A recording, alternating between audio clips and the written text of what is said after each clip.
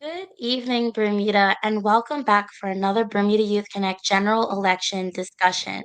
My name is Ajay Peets, and I am joined by Haley Tiart. Today, we have another exciting discussion for you as we delve into the topic of economy and cost of living. On this panel, we have the pleasure of speaking to one Bermuda Alliance candidate, Dr. Douglas DeCouto, and Progressive Labor Party candidate, Minister Jason Hayward. Evening, guys. As always, we encourage everyone, good evening. As always, we encourage everyone to send any questions that you may have in the chat, and we'll try to get to them after we get through a couple of questions of our own. This election is fast approaching, and we're so grateful to be able to have access directly to our leaders and candidates during this election cycle. So please share your questions. To kick off this discussion, we're going to go ahead and begin with Minister Jason Hayward and talk about our national debt. So as of June 2024, Bermuda's national debt stood at 3.2%, which is 42% of our country's GDP. The PLP government has been criticized for avoiding bad news in relation to the economy, but this debt will likely be assumed by young people. How does the PLP respond to these criticisms, and what do you say to young Bermudians worried about the current debt?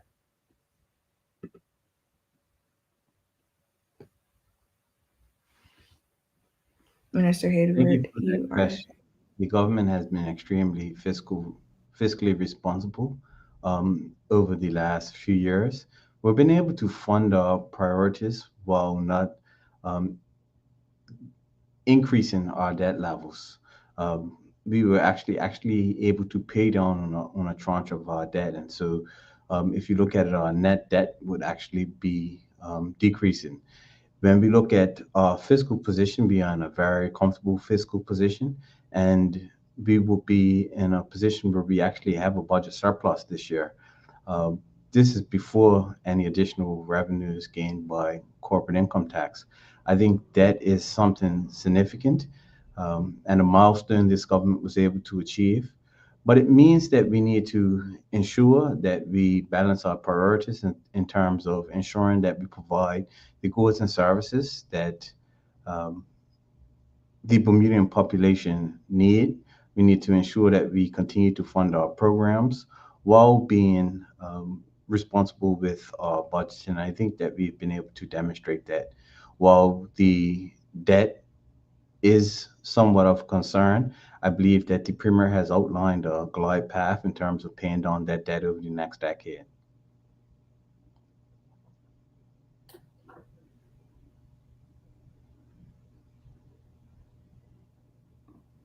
I see my mic was muted. Thank you, Minister Hayward. I just want to go ahead and give an opportunity to Dr. DeCouto to respond to those comments. Thank you. I think, first of all, let me state that the One Bermuda Alliance will probably be in agreement with the minister that it's critical to balance what we would call fiscal responsibility with taking care of the needs of the country. And that's why in our platform, we have three major principles that we abide by as a party. And one of those principles is social fairness through responsible spending. We talk a lot about money, but it's only because it's a tool that's required to bring the services and infrastructure that we need for the country. Other than that kind of general approach, I'm going to have to respectfully disagree with the minister with respect to his government's economic performance. We know that the government has spent $100 million out of the sinking fund, or increased the net debt over the past 2 years. That's according to the Fiscal Responsibility Panel report itself. So those are numbers that come from that committee that visits. That means they've taken borrowed money out of the sinking fund and used it to fund other programs without taking it through the budgeting process. He also mentioned, I think, $50 million of debt that got paid down. That wasn't debt that I would call, yes, it was paid down, but it was paid down through money that they had borrowed previously. And it's actually a good idea, but to say the debt was paid down is a bit disingenuous, because they overborrowed at a really good interest rate, thanks to the finance minister at the time, Curtis Dickinson, because they knew they would have to pay off that $50 million debt later. and then paid that $50 million recently. So while it's true it was paid down, overall the net debt over the past 2 years has increased by $100 million. And then finally, with respect to the balanced budget, again, we would have to respectfully disagree. The analogy I would use is you would say, oh, we balanced the checkbook, but we're not telling you what we're putting on the credit card. And that's the money that gets spent. The government changed the law to let the finance minister directly transfer money out of the sinking fund without going through the standard accountability and bringing it through the budget process through the parliament. Thank you. Thank you so much, Dr. DeCouto. Before I move on to my next question, I wanted to give the Minister Jason Hayward the opportunity to respond to some of the things that you had mentioned. Most definitely. When we look at the government and the way in which we operate, we have always operated with a level of transparency. And so there is no trying to deceive the public with what we're actually doing. When we look at it, we haven't borrowed any additional funds. We haven't increased the debt level. The Progressive Labor Party is not the only government who has borrowed additional funds. The one OBA government, when they were in power, they borrowed funds, and they ran out of the funds that they borrowed and had to borrow more money. And so it is a normal practice of governments to go out there and do funding raises to ensure that we remain in a healthy fiscal position. And that is what we've done. I think that when we say that we run budget deficits, the country calls us irresponsible. But then when we begin to run budget surpluses, we never get the benefit of the excellent work that we actually do. And I think that should be applauded, that we are not borrowing any new money in this fiscal period or the next fiscal period. Thank you so much for expanding on that. So now shifting gears onto our next question.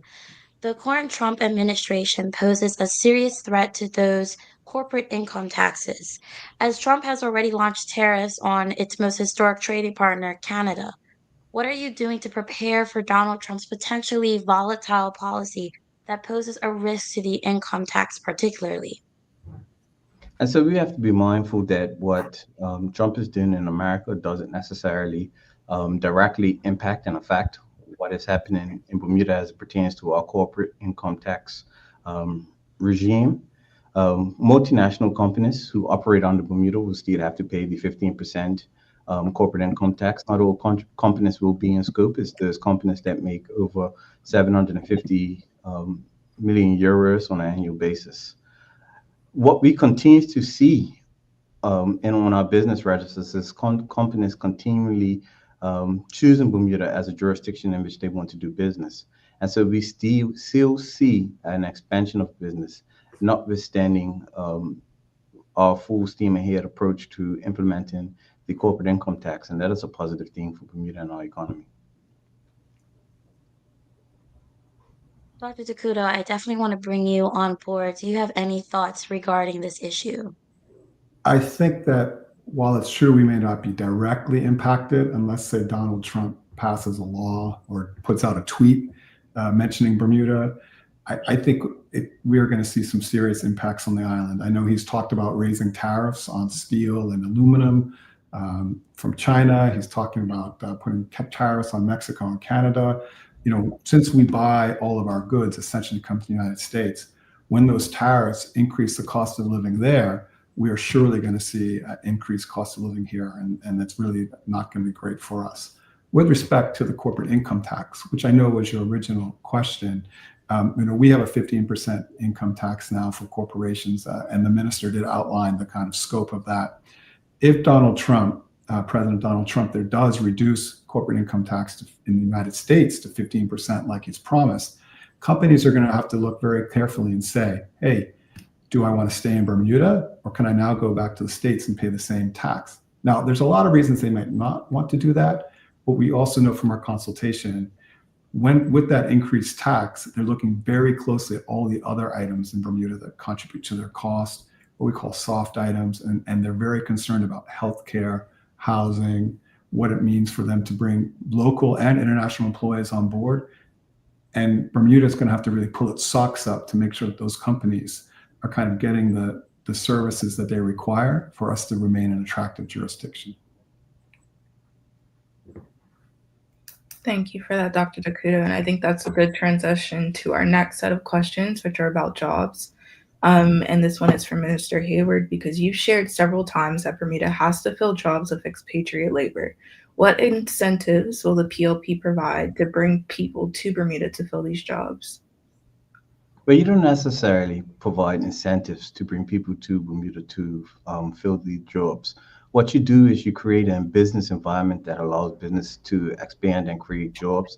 And then we want to ensure that those jobs are filled by able-bodied Bermudians and then expatriate workers. What we're doing from an overall business ecosystem approach is ensuring that we have a business environment which is conducive to growth. And this is what we've seen over the last few years. We've seen an environment that has actually been conducive to growth, that continues to attract companies and firms to Bermuda and investment within Bermuda's borders. That investment then leads to greater levels of economic activity, which ultimately creates more jobs. From an employee standpoint, we do put out a position paper in terms of retention of the local workforce, and we want to ensure we retain the local workforce as best as we possibly can. And that's primarily because of our aging population. I stated on a previous interview that roughly 30% of our workforce is over the age of 55. That's going to cause some serious challenges for us in the future. And we need to ensure that we have the skilled labor in order to fill those voids. And that is why the government has accelerated its investment in scholarships, internships, working with the international business community so they can expand investment and create more opportunities for young Bermudians to enter those professions. But I think that Bermudians will return home and they determine that there is opportunity here. And when I speak with people on the ground, whether it be people in international business or the CEOs of these companies, certain things continue to raise about our value proposition. I think we have a regulatory environment that is second to none. We have the professional services that these companies need to thrive, but we also have a huge amount of expertise in Bermuda, and companies actually benefit from that expertise being on island versus overseas. And we will continue to expand immigration policy to ensure that companies can secure the highly skilled labor that they require on an ongoing basis. Thank you so much, Minister Hayward, for expanding on that. Doug, I would like to bring you in, and this is actually a really good question for you to not only respond to the minister's thoughts, but also to add your own. We know that we need more people in the workforce. What will the OBA do to increase the job pool on the island? Yeah, that's a great question. First of all, I want to say, and because there's a lot of misstatements out there about the OBA policies, and I know there's some misinformation going around, things that says things like the OBA is not for you and so forth. Number one, the OBA is 100% committed to making sure Bermudians get the priority to the jobs. So I want to get that on the table and be incredibly clear, lest anybody be confused. We want to make sure we have a growing economy full of opportunity and that Bermudian jobs are protected and Bermudian workers are protected. But let me go back so that we want to emphasize that we want a growing economy full of opportunity. I think, because through our canvassing, we hear a lot about people who are leaving the country and don't want to come back. People want to feel attracted to come to Bermuda. They want to see a place that is vibrant, growing, has a lot of life in it. Right now, they're not seeing that. So they want to see that. They want to see sort of transparency and accountability in the government. They probably might want to see, some people want to see a more socially liberal government, right? And then they want to, actually cost of living is huge. So let's take a young Bermudian who's gone overseas to university. They're saying, I don't know that I can get a house. I don't know how I can afford my health care. I don't see that I can get the job that I want here. Or if you're a family couple with children, you're saying, is the education system any good? Should I move back home, right? healthcare. Can I afford healthcare? So in a way, many of the things, the cost of living, healthcare, and education are the crucial issues for people already on the island, are also crucial issues for people who are thinking about either moving back to the island after school or perhaps midway through their career, or moving to the island in the first place to take a job. And we know that's a challenge also for, say, like international business and local companies trying to recruit talent after they've already looked onshore in Bermuda. Thank you, Dr. DeCouto, for your response. This next question is for both of you because we talk a lot about unemployment, but we talk a little bit less about underemployment. And while the unemployment rate last was reported in 2023 was 2.8%, 8.9% of residents that are part of the workforce report underemployment. What is your party's strategy to reduce underemployment in Bermuda? And I want to first give this question to Minister Hayward. Underemployment is something that we are actually concerned about. When we put out the consultation paper in terms of retention of the local workforce, and we were looking at reducing the ability for one to obtain PRC, we got a lot of feedback as pertains to the practices in the workplace. A lot of the practices are still suppressive practices that hold Bermudians down into entry-level positions and middle management positions, while not allowing them to ascend to senior management positions. We had concerns regarding pay equity and pay transparency in the workplace, and that's between Bermudians and non-Bermudians, males and females, Black individuals and white individuals. All of that needs to be addressed, and we seek to expand the provisions in the Human Rights Act to address some of these inequities in the workplace as it pertains to pay. We want to ensure that we have pay transparency rules in place. Simple things like not having an employer have the ability to ask you what was your previous salary when you go to a new job. These type of things that systematically hold on groups of persons. There is glass ceilings in place for Bermudians. And if you're a Black female, it's even worse for you. I spoke with a group of Black females, and their mindset was just that their male counterparts have the ability to negotiate better than them, and I just simply don't accept that. There are still pay disparities and the benefits that Bermudians receive versus the benefits that non-Bermudians receive. And so when we do our recording now, we will ensure that we collect all of that data and make it as transparent as we possibly can so persons are informed. But the other thing is that once we have persons in the workplace, how we ensure that we continue to empower those individuals by training and development opportunities and reskilling opportunities, so that we create pathways for moving along a career path. That is some of the work that we're doing in workforce development now, where we're launching a new platform so everybody's clear about positions that exist in Bermuda, the salary associated with those positions, the education experience associated with that position, and also what are the practical steps one needs to take to successfully obtain that position. We're also going to revise our work permit policy so that we strengthen the positions that would actually increase protections for Bermudians. One of the things I spoke about before, and we'll continue to do, is have closed and restricted job categories. Closed and restricted job categories force employers to train Bermudians and also look for talented Bermudian labor in those areas. Thank you, Minister Hayward. I want to give the same question to Dr. DeCouto. And the question is, what is your party's strategy to reduce underemployment? Yeah, thanks for that. I would say the parts of our platform that would address underemployment is probably twofold. So number one, education is huge. I think last year the Chamber did a big sort of presentation and set of data dives, and we heard from some entrepreneurs, and they talked about the challenges of how certain Bermudians would come in and weren't properly prepared to do relatively basic things. So clearly, we know the issues with education today. So I think strengthening the education system to give people the skills that they need is going to be a huge way to help them get better jobs. Number two is we really want to be focused on the local economy. Clearly, we want IB to be successful. We want lots of IB jobs. But where we're most concerned as a party is is the relatively stagnant local economy, which creates a broader diversity of jobs that suit a broader diversity of aptitudes and skill sets and personalities, right? Not everybody needs a desk job. We actually need plumbers. I had plumbers come the other day, and it was a Filipino guy, and nothing against Filipinos, but I was sort of thinking, this seems like a great job somebody could do, with the appropriate training.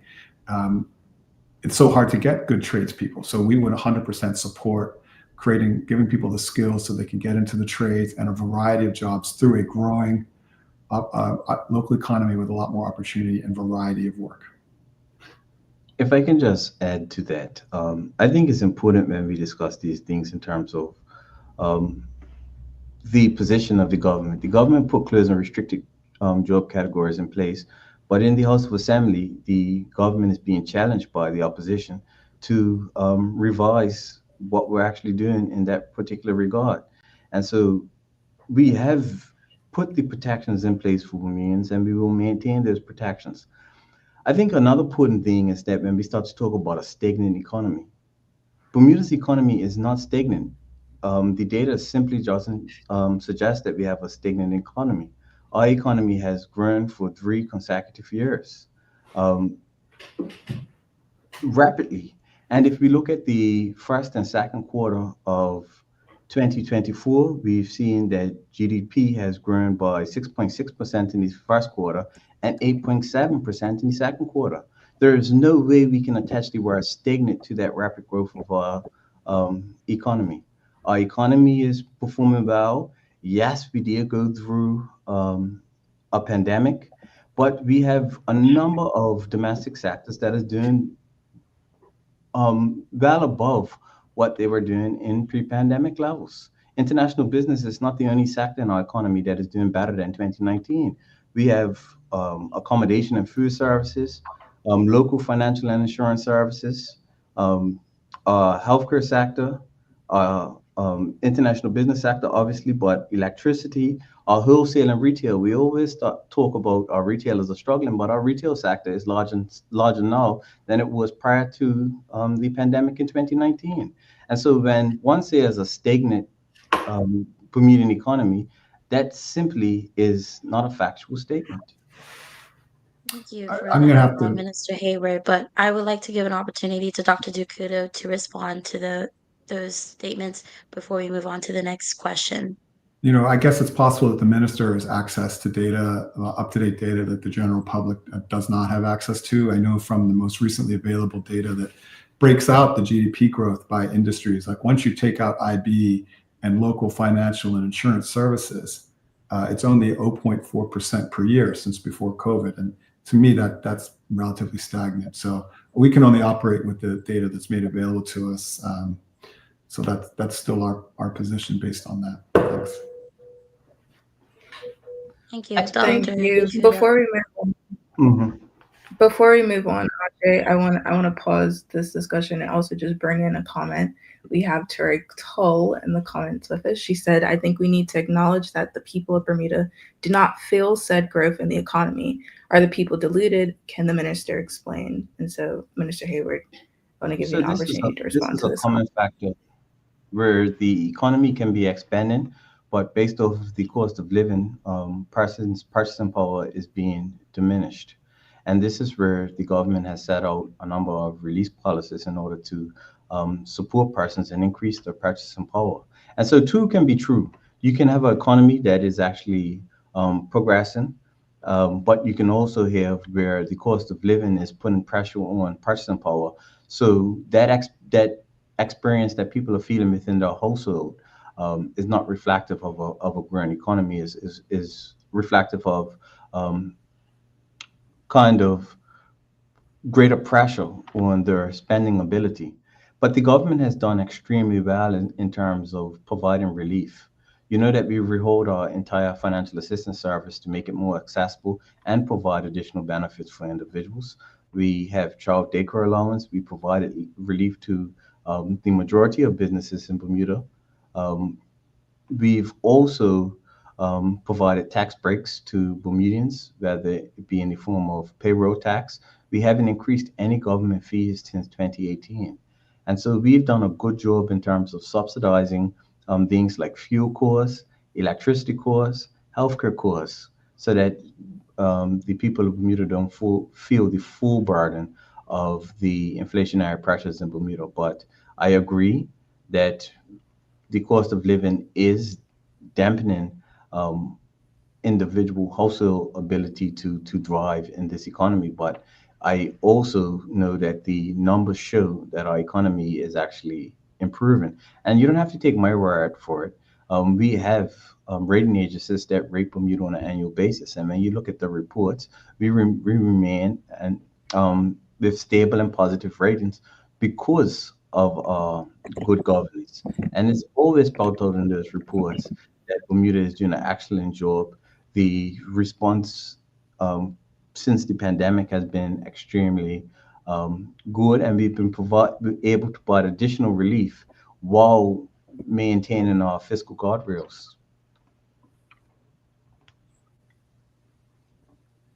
Thank Thank you, you, Minister Minister. Hayward. Just want to give an opportunity. Yes. Yeah, thanks Just for want that.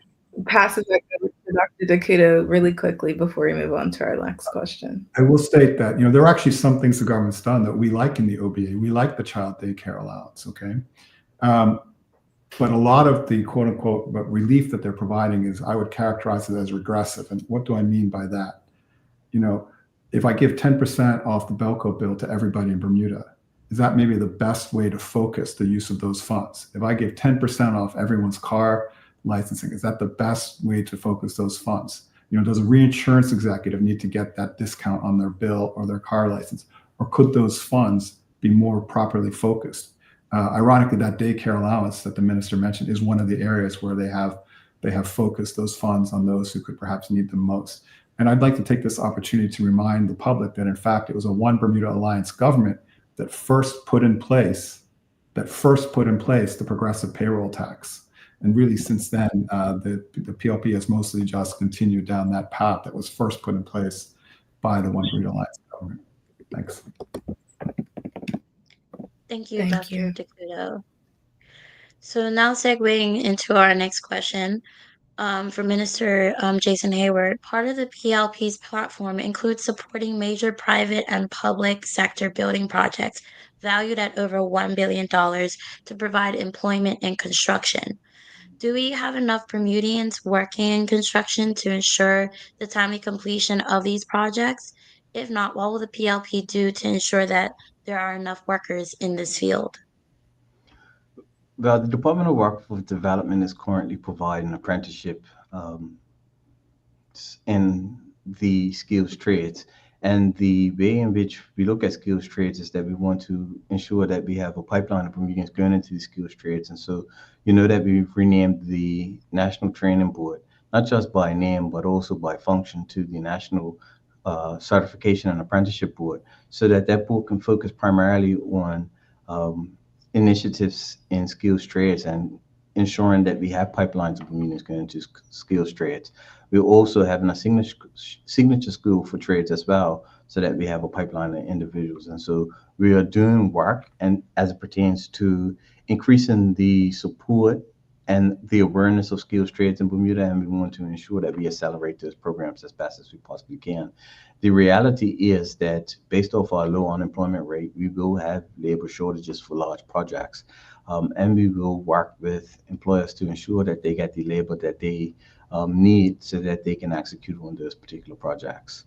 It's a balance that we have to have, but we are focused on ensuring that we empower our Bermudians as fast as possible. We've put additional funding into apprenticeships. And so while we're skilling up Bermudians, we're also continuing to attract investment. And we want to ensure that there is a balance where employers have the access to the talent that they require, so that they can have the effective outputs in terms of their development projects. Thank you, Minister Hayward. I want to provide sort of a follow-up question to Mr. DeCouto, because the OBA and their platform is pretty explicit in their efforts to find investors that don't require government guarantees. Can you expand on the OBA's position for this matter? Sure, absolutely. We want to leave the private enterprise to private enterprise. So we want to set the conditions for them want to come here, want to invest their money. But as much as possible, we want to try to get investors that don't need government support. Now, and there's examples of those things that have happened. Right now the government's got guarantees on up at the Fairmont Southampton, and that hotel's still not open. And that's even after having to, cover that $11 million in redundancy costs, and they had to basically loan that money to the operators there who weren't able to pay it themselves. So we know there are investors out there who've, the OBA has a track record of getting hotel projects in Bermudas by investors who had the money, who were able to deploy the money and get those projects done right away. We think that if we get out there and we wear out our shoe leather by chasing down these investors, we can find investors who have a good shared goal with Bermuda. So what works for Bermuda will work for them. And we've had to learn some lessons, unfortunately, the hard way. And the reality is the government's finances are just not in a position to take on these guarantees anymore. If I Thank can you, add, Dr. DeCouto. Want to give Minister Hayward to respond. Dr. DeCouto simply can't Minister Hayward. reinvent history. And so the OBA has a track record of providing guarantees that have failed this country, such as the guarantee they provided to Morgan's Point. We had to pay $200 million for that failed Morgan's Point deal. We would have had a balanced budget in that fiscal period, but we had to increase our borrowing to pay for that bad deal. That was probably the worst deal that Bermuda has encountered. The airport deal was a horrible deal where during the pandemic we had to pay revenue guarantees. And so the OBA's track record is not positive as it pertains to these projects. They invested $41 million into Cross Island that has no use to Bermuda right now.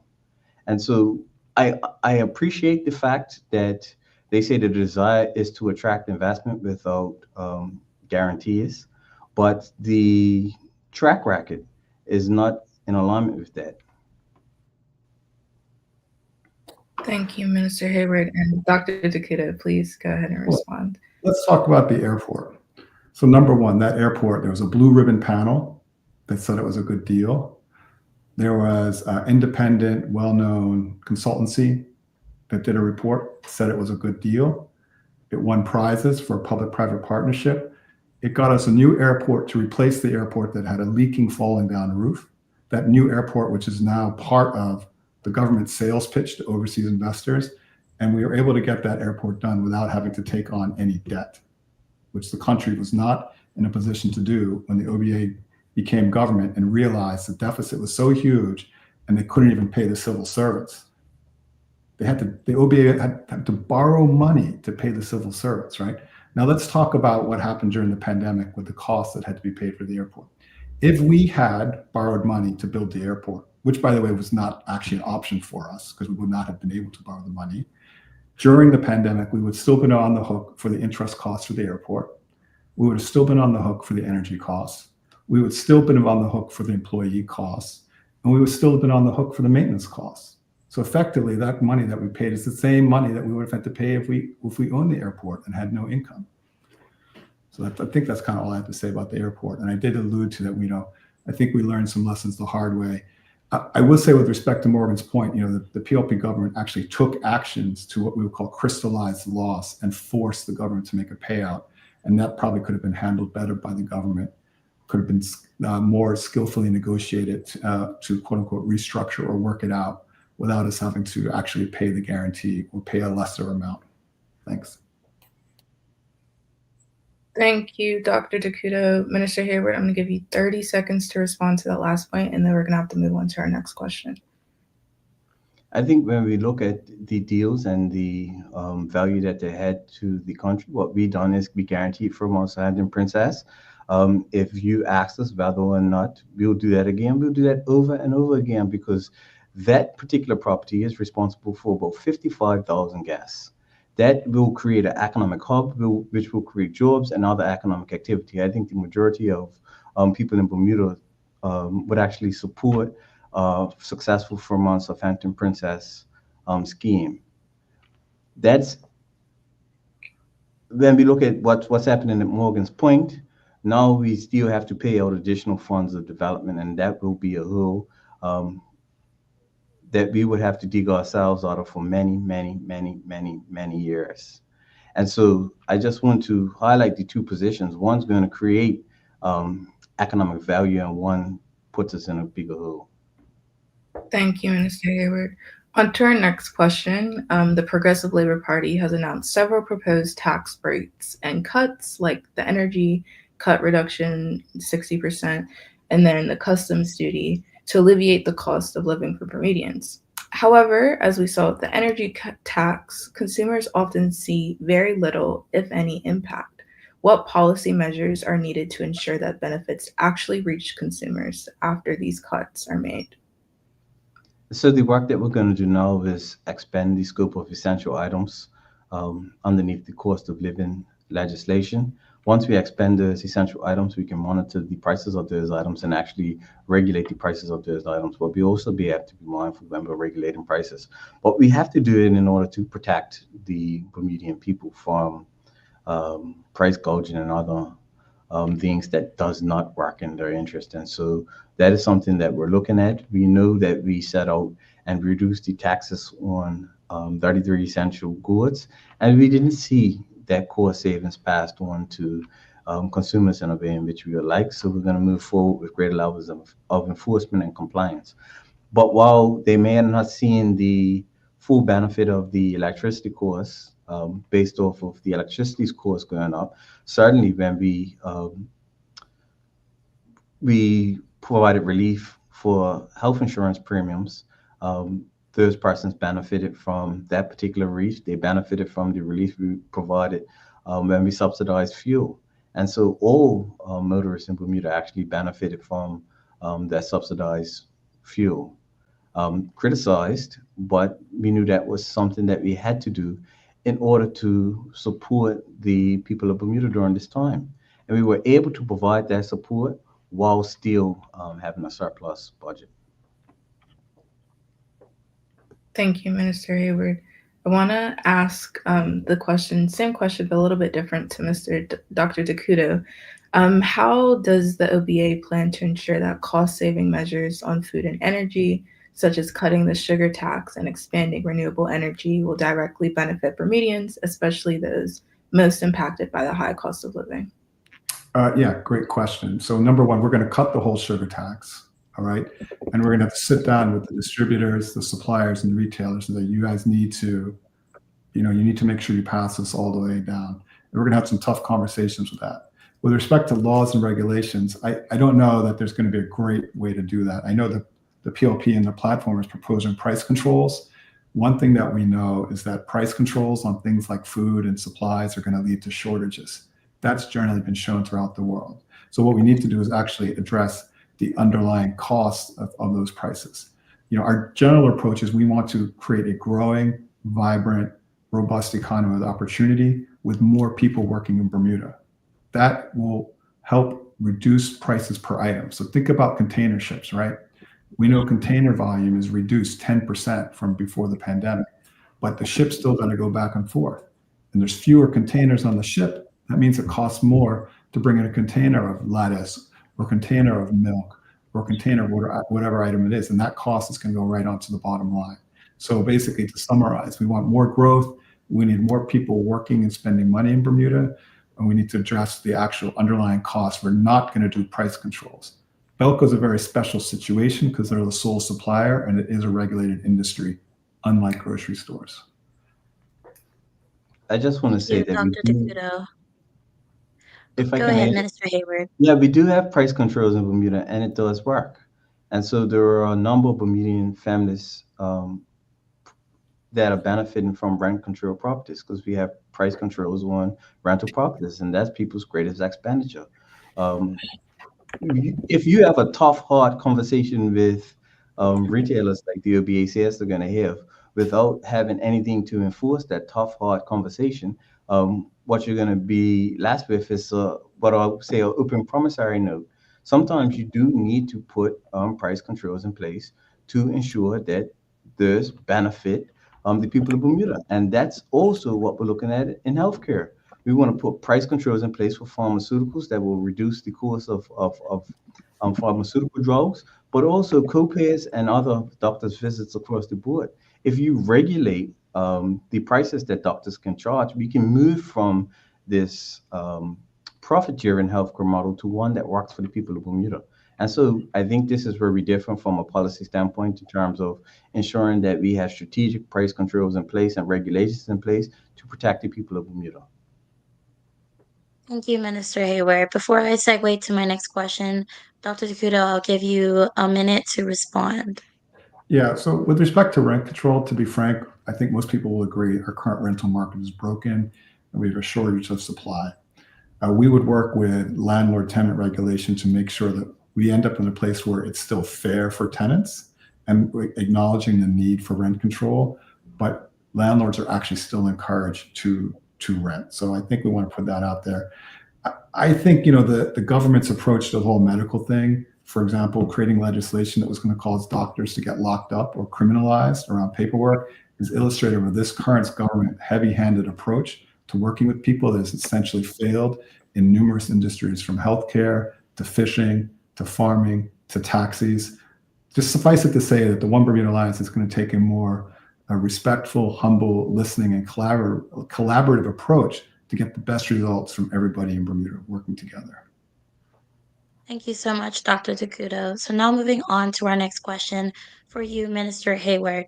The PLP announced in their platform the introduction of the Bermuda Trust Fund that will provide financial reparations to economically disadvantaged Bermudians to reduce generational income inequality.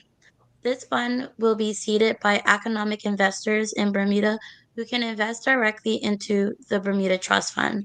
Can you provide some insight as to what this may look like and how it would benefit the average Bermudian? And so we hear that people are locked out of the housing market. We hear that persons are locked out of certain levels of economic opportunity, and it would be great if we did have funds that can better support people getting on the housing ladder, or we can better support with providing grant funding for people to start businesses.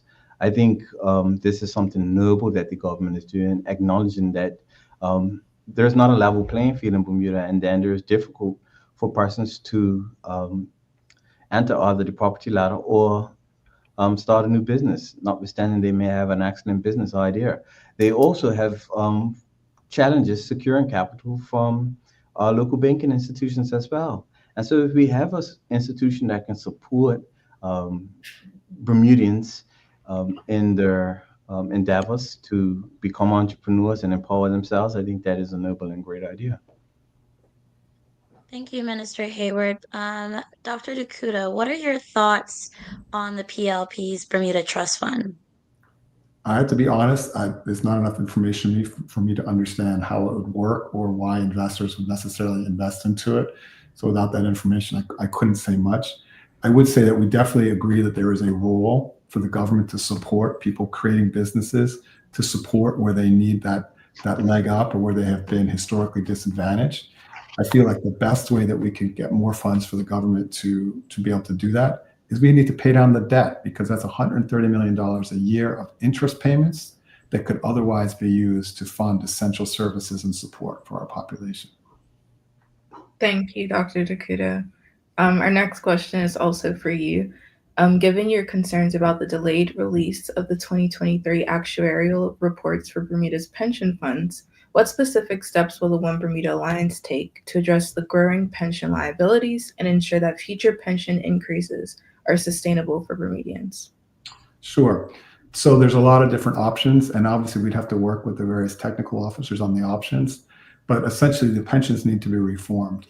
And actually it was Finance Minister Curtis Dickinson who actually laid this out several years ago. You either need to do things like delay retirement age, reduce payouts, increase pay in, or increase the number of people paying in. So you have to come up with the right set of those variables that is both fair to people who are retiring today and fair to people who are going to retire in the future who might not otherwise see those funds. Typically, this is done in like a staged way. So if you're retiring today, there's no changes, and you're going to get the benefits that you planned on. And the further and further away you are from retirement age, the larger the changes in what you have to do. So that gives you time to plan.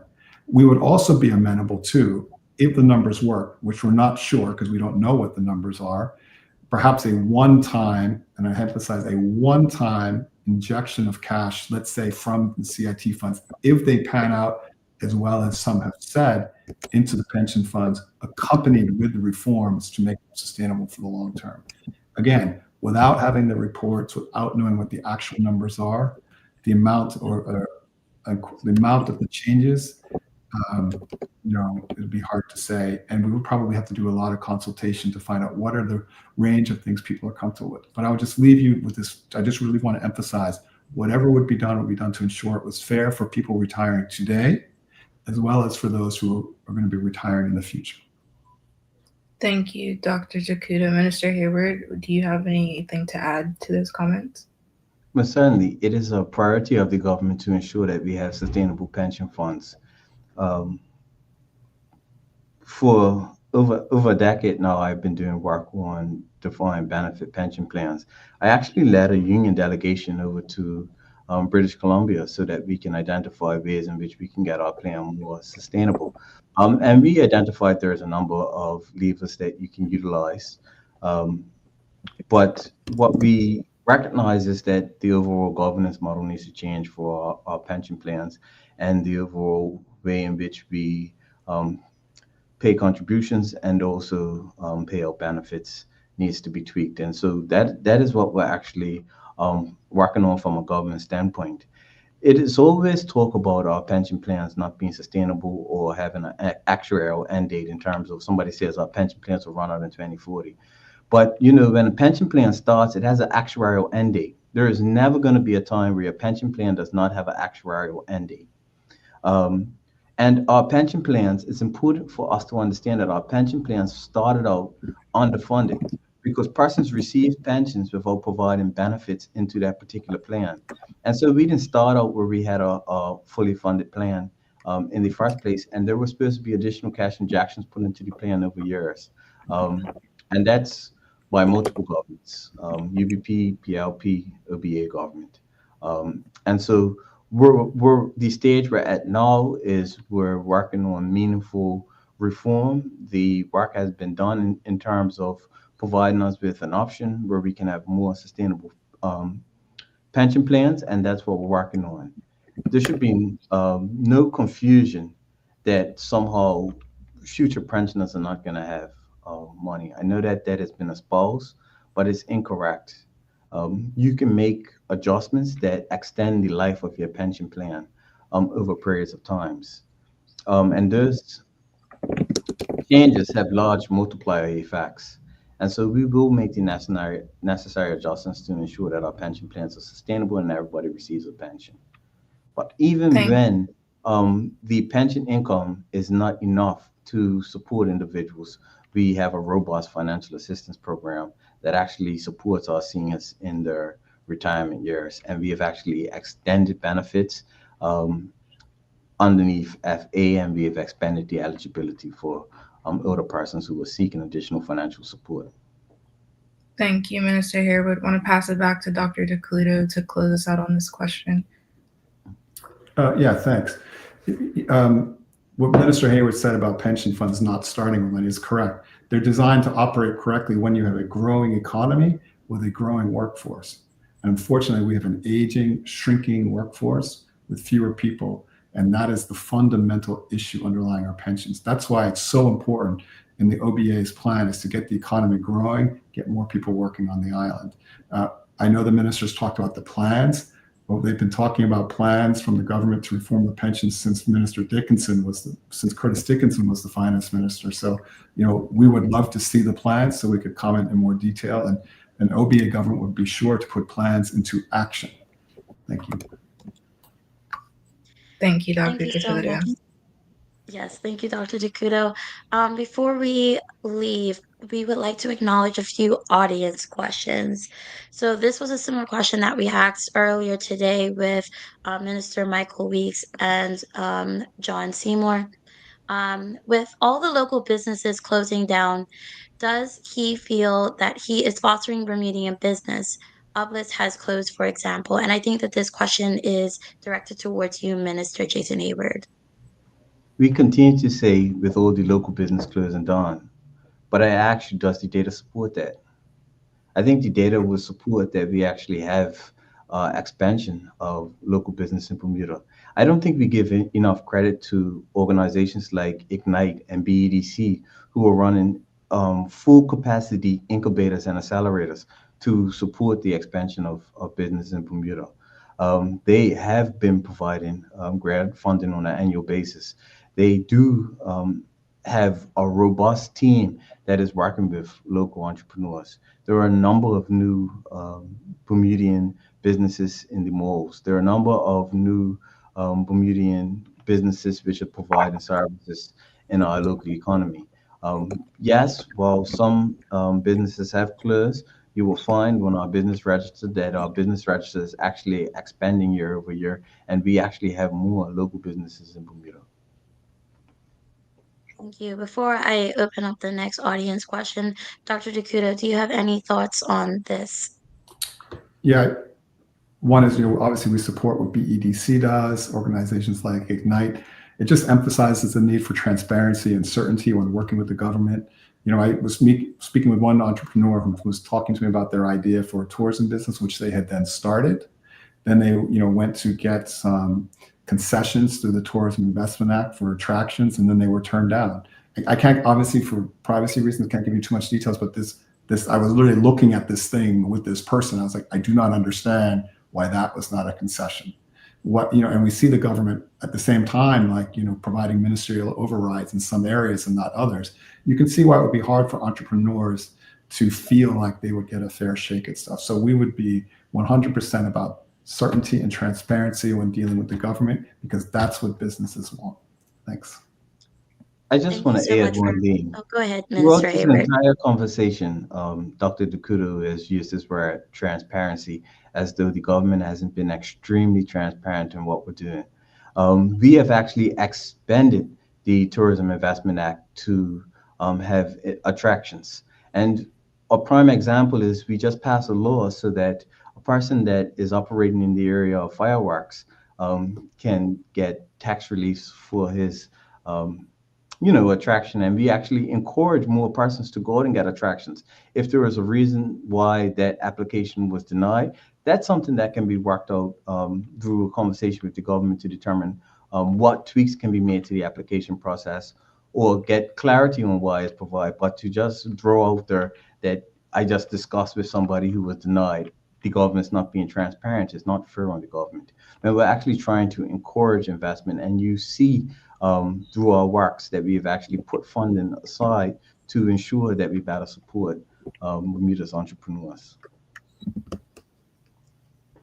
Thank you, Minister. Before I move on to my final audience question, I'd like to at least give Dr. DeCouto one more chance to respond. No comment other than, we actually, in the One Bermuda Alliance, supported that expansion of the Investment Act to concessions and thought it was a great idea. We think we could do some more there as well, but we are actually in agreement with the government on that. Thank you. Thank you. So I have an audience question here.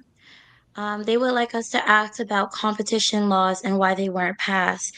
And they've noted that they have been in existence since 1998 in the UK. Um, Minister Hayward, do you have any thoughts in response to this question? Well, we did establish a regulatory environment for certain industries. So there are competition laws that actually exist in Bermuda. While we don't have a specific act, but we are looking to expand the industries that we cover under competition. If you would have asked me a decade ago whether or not we would have predicted health insurance purchasing medical practices, I think, of course, the board in Bermuda persons would have said or didn't foresee that taking place. Now that that's taken place, we have to look to determine whether or not that's detrimental to the people of Bermuda or something that will work in our benefit. But it's something that needs to be analyzed, and we're committed to doing so across multiple industries. And so when you find and you see that actually outlined in our platform that we want to expand our regulatory framework to address these anti-competitive practices that actually harm the people of Bermuda. Thank you. Dr. DeCouto, do you have any thoughts on competition laws? I think we can all agree that we want an economic environment where everybody is free to compete and that consumers and customers are going to benefit from competition.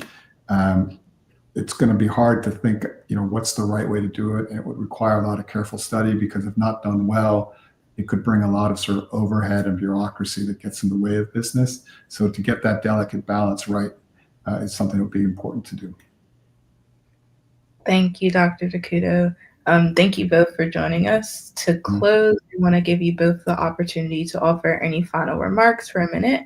And Minister Hayward, we will start with you. Yeah, I think from an economic standpoint, the economy is doing well. We are creating greater levels of opportunity. Our unemployment rate is at its lowest rate in 40 years.